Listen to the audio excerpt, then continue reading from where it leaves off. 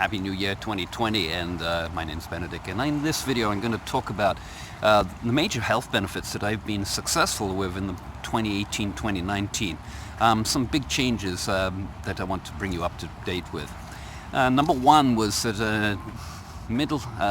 on actually the summer solstice, June the 21st, 2019, I started training, or actually doing, high altitude hiking up in Mauna Kea over there, some 13,600 whatever feet.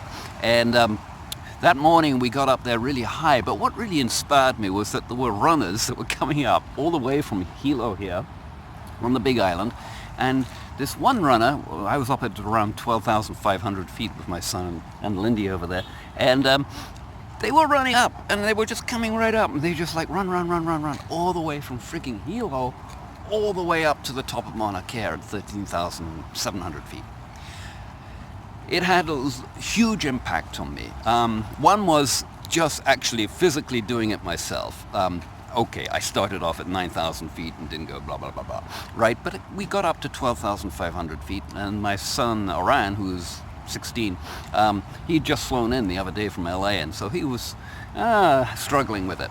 But actually we got up there, and it had that impact of actually doing it, and then actually seeing those runners come all the way up from Hilo was just like dumbfounding to me. It was like, wow. So what has happened since then? I've been doing more and more high altitude training, getting the benefits of that, and that's what I want to sort of work around and tell you what happened there.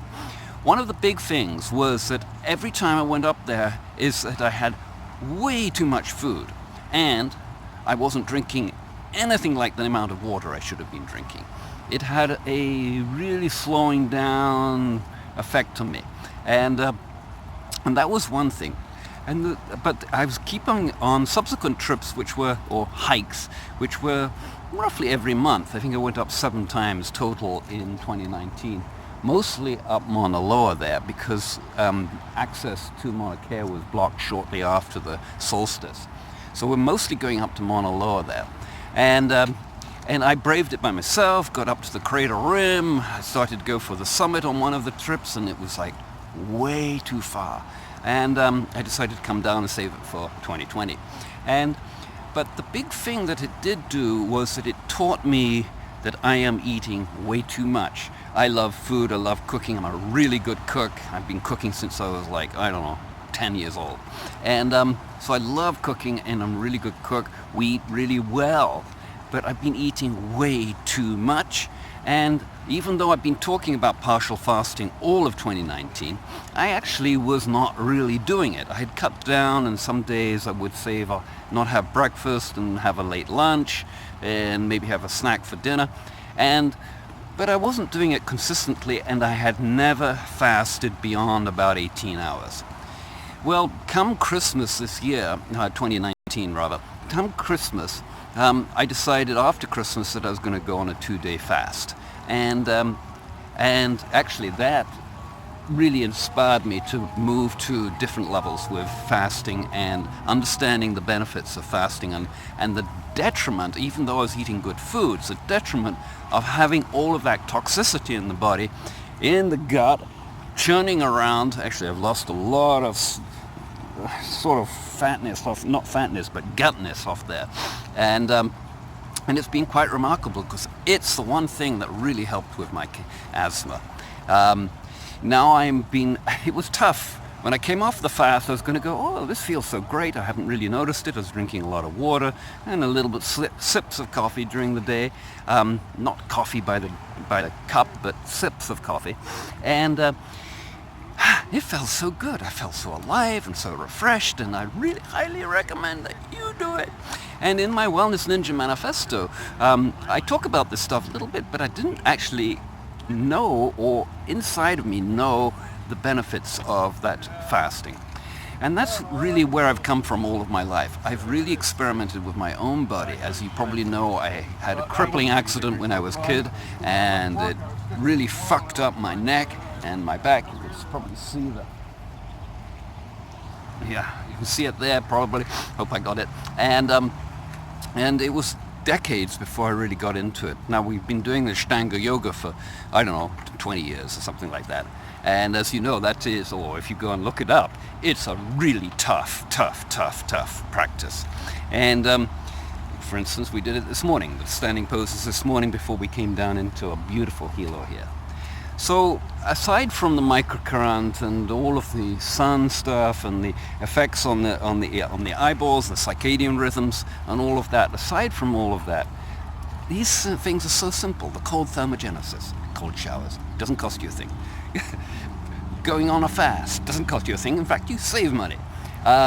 Getting out in sunlight, getting it onto your body, getting the early morning reds and late afternoon reds to turn on and off the melatonin production in the eyeballs. It's in the eyeballs, guys, not in anywhere else. It's right here.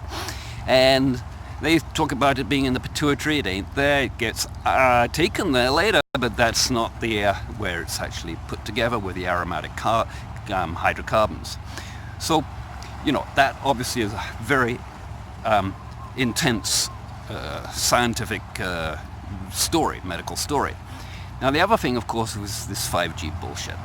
And it's good to see that towers are being taken down. There was a tank somebody took in Australia, and they ran down a whole bunch of towers. The other day I saw some kids in China. They were taking down some of the surveillance towers. This is great. And this is what's going to need to happen, because the 5G is literally frying and cooking us.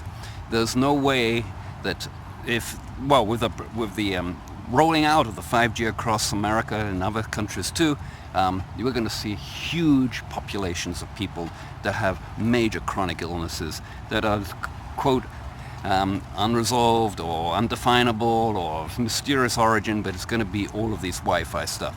It's a killer, guys. It really is a killer. It's the culling of the planet, and it's going to represent, you know, their goal is 90% of us. And so get out in nature, get grounded, cold thermogenesis, fasting, microcurrent. What have I missed, Lindy? I'm just like, those are the main things, and of course sunlight and exercise, of course, too. Sleep too, but it's more the exercise and actually getting the body moving. So aloha from Hawaii. You have an amazing 2020. Do download my from ebodyfusion.com. Do download my Wellness Ninja Manifesto and get on my email list. In it, I detail all of the things that you need to do in a free email series. So go get it, okay? So if you've liked this video, please subscribe, share with your friends, please like, and I'll be sending up new notifications from time to time. But in the meantime, you have an incredible 2020, okay? Aloha from Hawaii.